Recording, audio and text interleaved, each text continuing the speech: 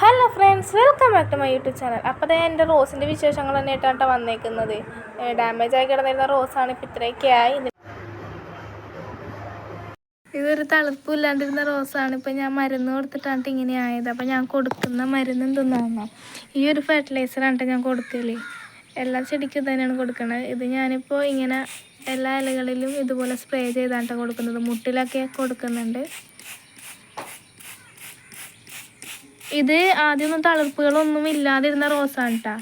അത് എൻ്റെ ഫസ്റ്റത്തെ വീഡിയോ കണ്ടവർക്ക് മനസ്സിലാവും. അപ്പോൾ ഫസ്റ്റത്തെ വീഡിയോ ഞാൻ ഡിസ്ക്രിപ്ഷൻ ബോക്സിൽ കൊടുക്കുന്നുണ്ട് കേട്ടോ. അപ്പോൾ അത് കണ്ടതിന് ശേഷം ഇതൊന്ന് കാണാൻ ശ്രമിക്കണേ. അപ്പോൾ ഇലകളിലൊക്കെ ആയതിന് ശേഷം നമ്മൾ കുറച്ച് ഈ തണ്ടുമേലൊക്കെ ഒന്ന് ഇങ്ങനെ സ്പ്രേ ചെയ്ത് കൊടുക്കണം, നല്ലതാണ് കേട്ടോ. അപ്പോൾ ഇന്നലെ മഴ പെയ്തിട്ട് കടയിൽ കുറച്ച് വെള്ളം ഉള്ളതുകൊണ്ട് തന്നെ ഞാൻ അധികം വെള്ളം ഒഴിക്കുന്നില്ല. ജസ്റ്റ് ഒരു സ്പ്രേ പോലെ ഇങ്ങനെ കൊടുക്കുന്നുള്ളൂ കേട്ടോ. അപ്പോൾ ഇതെങ്ങനെയാണ് നമ്മൾ വീട്ടിൽ തന്നെ ഉണ്ടാക്കിയെടുക്കുന്നതെന്നുള്ള വീഡിയോ ഇതിനകത്ത് തന്നെ ഞാൻ കൊടുക്കുന്നുണ്ട്. അതുകൊണ്ട് ആരും സ്കിപ്പ് ചെയ്യാതെ വീഡിയോ കാണണേ. ഇതാണ് ആ ഫെർട്ടിലൈസർ. ഇതിപ്പോൾ ഞാൻ ഇത്രയും യൂസ് ചെയ്തതാണ് കേട്ടോ. പിന്നെ ഇത് ഉണ്ടാക്കുന്ന വീഡിയോ എങ്ങനെയെന്ന് കാണിക്കാൻ പോവാണ്. ആരും സ്കിപ്പ് ചെയ്യാതെ കാണാം. നമ്മൾ ഈ ഫെർട്ടിലൈസർ ഉണ്ടാക്കാൻ ഉദ്ദേശിക്കുന്ന ആ ഒരു പാത്രത്തിൽ ഒരു കപ്പ് വെള്ളം എടുക്കാം. ഞാനിപ്പോൾ ഒരു കപ്പ് എടുത്തേക്കുന്നത്. നിങ്ങൾക്ക് ആവശ്യമുള്ളത് എന്താണോ അങ്ങനെ എടുക്കണം കേട്ടോ. അപ്പോൾ എന്നിട്ട് നമ്മൾ എടുക്കേണ്ടത് സവാളത്തുണ്ടും അതുപോലെ നമ്മൾ സവാള കട്ട് ചെയ്ത് കളയുന്ന വേസ്റ്റൊക്കെയാണ് കേട്ടോ. വേസ്റ്റ് എന്ന് പറയുമ്പോൾ സവാളയുടെ എല്ലാ പാട്ടും എടുക്കാം. നമുക്ക് ചീഞ്ഞിട്ടാണെങ്കിലും കട്ട് ചെയ്ത് കളയുന്ന വേസ്റ്റില്ല, അതൊക്കെ എടുക്കാം കേട്ടോ. അങ്ങനെ അതെല്ലാം നമുക്ക് ഈ ഒരു എടുത്ത് വെച്ചിരിക്കുന്ന വെള്ളത്തിലിട്ട് ഇട്ട് കൊടുക്കാം. ഞാനൊന്ന് ജസ്റ്റ് ഒന്ന് അമുക്കി കൊടുക്കുന്നുണ്ട് കേട്ടോ, ഒന്ന് അതിനകത്തൊക്കെ ബെൻഡാവാൻ വേണ്ടിയിട്ട്. അപ്പോൾ അതേ വെള്ളത്തിലൊക്കെ വെച്ച് കഴിഞ്ഞു. ഇനി നമുക്കതൊന്ന് ഏതെങ്കിലും ഒരു പാത്രം കൊണ്ട് അടച്ച് വെക്കാം. ഞാനിപ്പോൾ അവിടെ ഇരുന്നൊരു ചെമ്പ് വെച്ച് തന്നെയാണ് അടച്ചത്. അടച്ച് വെച്ചതിന് ശേഷം നമ്മൾ എവിടെയെങ്കിലുമൊക്കെ ഒന്ന് നീക്കി വെക്കണം. കാരണം ഇതൊരു 5 ദിവസം ഇങ്ങനെ വെള്ളത്തിൽ തന്നെ ഇട്ട് വെക്കണം, എന്നാലേ നമുക്ക് വേണ്ട റിസൾട്ട് കിട്ടത്തുള്ളൂ.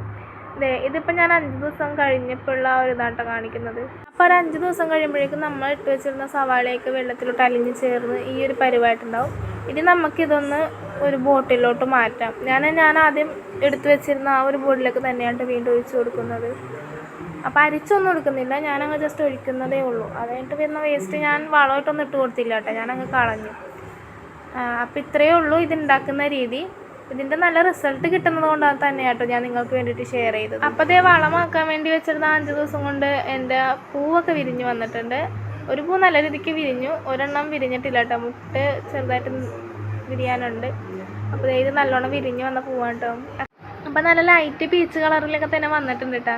ഞാനിത് മേടിച്ച ടൈമിൽ ഈ ഒരു കളർ തന്നെയായിരുന്നു. പിന്നെ കിട്ടുമെന്ന് വിചാരിച്ചില്ല, നശിച്ച് പോകുമെന്ന് വിചാരിച്ചിരുന്ന ആ ഒരു ചെടിയായിരുന്നു.